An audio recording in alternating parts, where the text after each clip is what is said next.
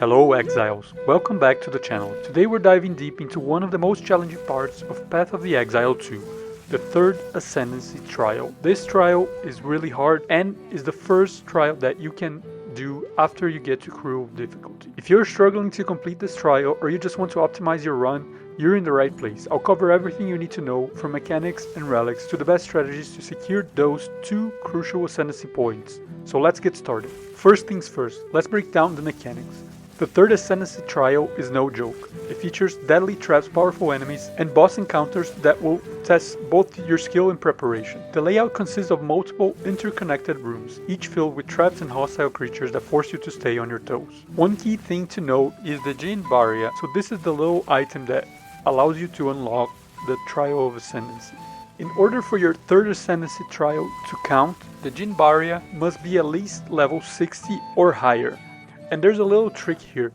If you're struggling, the best thing you can do is go onto the marketplace and find a Djinn Barya that's level 60 or 62 maximum, because that means that all the monsters in that trial will be a lower level and will be easier to defeat. Also, the higher the level of the Djinn Barya, the more number of trials you'll have to do. So the least amount you can do are 3 trials, and at the end of each trial you'll have a boss that you have to defeat. Now let's talk about the most dangerous elements. You'll encounter spike traps, rotating blades, and fire gauntlets, all designed to wear you down before the final fight. Movement speed and positioning are key to avoid unnecessary damage before you get to the final boss. One of the most important aspects of surviving and completing this trial is having the right relics. Without them, the difficulty will go up a lot. To withstand the trial's mechanics and bosses and enemies, you'll need 75% honor resistance from the relics. This will ensure that you'll take minimal damage from your honor-based effects inside the trial. If you don't have enough, you'll struggle to stay alive. Another must-have relic is one that increases your movement speed inside the trial. If you have more than one and you're able to put 2 or more inside the relic space that you have, then that's even better. Movement speed is very important because dodging enemy attacks and traps is much easier when you can move faster, giving you more reaction time to avoid deadly mechanics. Beyond survival, other useful relics include also lower merchant prices, and these can help you get better buffs within the trial, which help a lot. Also extended vision, which some relics allow you to see further into the unexplored rooms, helping you plan your path more effectively. Because it's very important that you know where you're going to try to get the best path to the boss, which will help you a lot. Having a balanced relic setup with these attributes can make or break your run. Now that you're geared up, let's talk strategy. Here are my top tips to make you clear this trial successfully. The first one is recommended builds. Prioritize builds that have strong sustain and mobility. Also, high evasion, block chance, and spell suppression are great defensive layers. If you rely on damage mitigation, make sure your flask setup is optimized. Number 2, pathing and positioning. Don't rush through rooms. Scout ahead, avoid unnecessary fights if you think you're underpowered.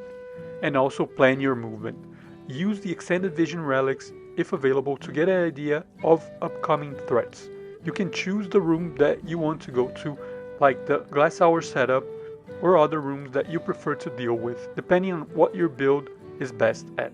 Number 3, and very important, sacred water and path selection. One of the most important things is to always pick up the sacred water that enemies drop. This will allow you to purchase better buffs from the merchant, making the trial significantly easier.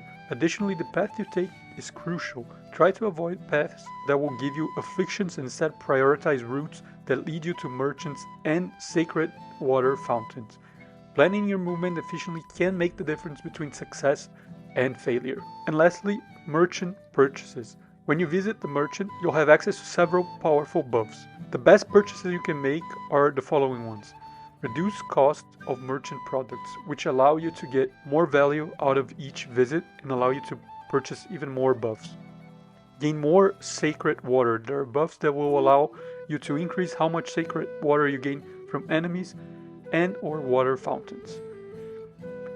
Also, buffs for improved movement speed, which make dodging and repositioning easier within the rooms.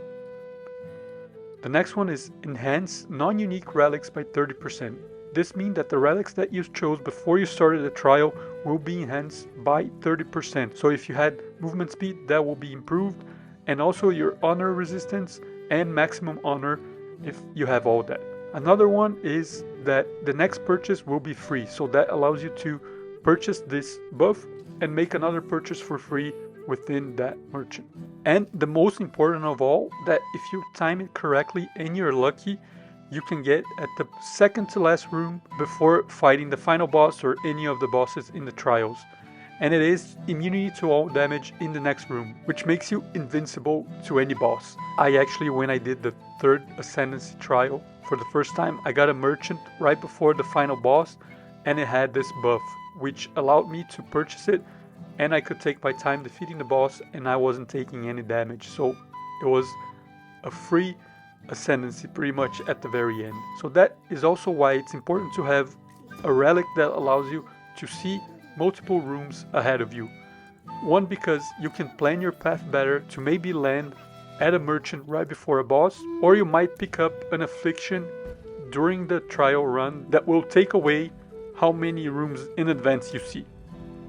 So if you already see multiple rooms in advance, you're protected from this affliction, because if you don't have any buffs, then you might get to a point where you don't see any rooms ahead of you, and it's pretty much a shot in the dark, and it's very risky. And now I'm going to show you an example of a Third Ascendancy Trial run that I did, and explain to you step by step all the rooms that I decided to go to, and the reasoning behind why I chose all the rooms that I went to and didn't go to. So the very first room for this run was actually a sacred water fountain, which is really good, and then I had 2 sacred water fountains, and I looked up ahead, and I'm going to choose this one because it will give me an affliction that gives me no evasion, but my build already has 0 evasion, so that will have 0 effect on me. After the first room, then I choose the sacred water fountain that I just told you and check for the next room, which is again going to be a large sacred water fountain. And then I can scout ahead and see what I want to do. You always want to go for sacred water fountains and merchants. Also, if those are not available, then try to go to a key or any rooms that will not give you any important afflictions. So as you can see here again, there is a sacred water fountain, but also there's a merchant. And this merchant will allow me to get a sacred water fountain right before the boss, which will allow me to buy better buffs after that first boss. So here you can see that we have all the different options that they're giving. And up here you see there's one that gives me 50% reduced cost. So this is the first one that you have to get, because then all the subsequent choices you make are going to be half off. And from there, focus on buffs that give you more sacred water, more discount on prices, more movement speed, or more increase to your buffs, and so on. If you are low on honor, it's not a good sign at the very beginning of the trial, but you can also try to purchase something that gives you honor or restores a little bit of honor. But at this point, that should be at a minimum, because you want to save the sacred water. Also, this is the room after the first boss. Do not open any chests. We're saving all of our keys for the final room. So again, I have sacred water fountain, and I'm going to go for the merchant right after. And here, there are going to be other options for us to purchase. And always keep in mind, you want more sacred water, you want more movement speed, also an increase on your buffs, and so on. If you don't see any of those, then don't waste all your money. Save your money for another merchant, and in my case there's one right after this other room. So here I have more sacred water, the next one is a merchant, and always, if you have the buff that shows you all the rooms or a bunch of rooms ahead of you, always plan where you're going next. You might get a minor affliction on the way, you might be able to get rid of that through a purchase with the merchant, but it's always worth to go for sacred water and merchant. That's the best strategy for this game. And also you have to be a little bit lucky to get good buffs while you're at that merchant. So here we're going to go for the sacred water, and right after we're going to go for the bronze key, because it didn't give me any afflictions right before the boss battle, and that's really important. This boss battle can be a little bit harder depending on your level, For me it was easy, but be careful because there are 2 bosses here. So if you're not leveled up like I am, be really careful not to die right here. Now on to the second room, right after the second boss. Again, talk to the merchant and buy any of the buffs that I just told you about. Also here on this merchant, there's a buff that says that all the traps are slower. So if you're having a difficult time with the traps, which can be difficult, this could be a good buff to invest in, because then that will allow you to lose less sacred water to useless damage. And let's move on to the third and last part of this trial. Again, going for either merchant, sacred water, and in this case we have a gold key. And I'm going for the gold key just because I want to make sure I have a chance of getting good items at the end. And usually when there's a key, there are no afflictions or buffs in that room, which at the very end can be good because a lot of rooms will give you bad afflictions and will impact the final battle with the boss. So I'm going for a gold key again, and right after I'll be able to go for a merchant. And after the merchant, I'll end up going to the bronze key, and I'm scouting ahead to see if there are any merchants in sight. And again, with the merchant, we keep the same strategy. We want more sacred water, buffs to our buffs, and also movement speed and so on.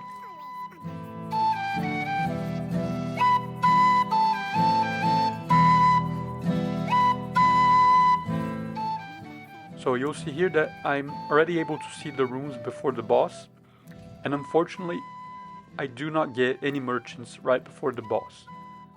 But still, I get some sacred water, which doesn't really matter that much at the end. But the most important part is not getting any afflictions at the very end that might impact your damage, or how much damage you do, or how much damage you're taking. So just keep going. And if you need to restore your honor right before, you can also do that. Here I had the option to choose an affliction with a buff. So if there are any good ones here, please go ahead and choose ones that you're able to deal with the affliction, but also will improve your chances of surviving and defeating the final boss. And the final boss, you have to be careful because they keep digging through the ground and popping up, and they take a lot of health. So if you're not very powerful, be patient. And if you follow this strategy, it shouldn't take you a long time to beat the trial. Also at the very end you can find the merchant again, but here all the remaining sacred water you have you can use to buy new relics.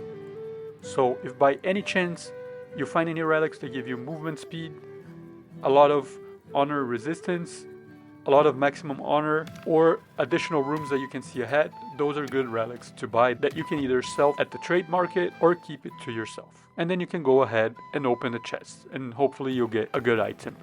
I actually got, in my previous run, a divine orb from opening a bronze chest. So never take for granted what you have in hand and what you can get with these chests. I hope you enjoyed this video. If you did, please leave a like, subscribe to the channel, and I'll see you on the next one.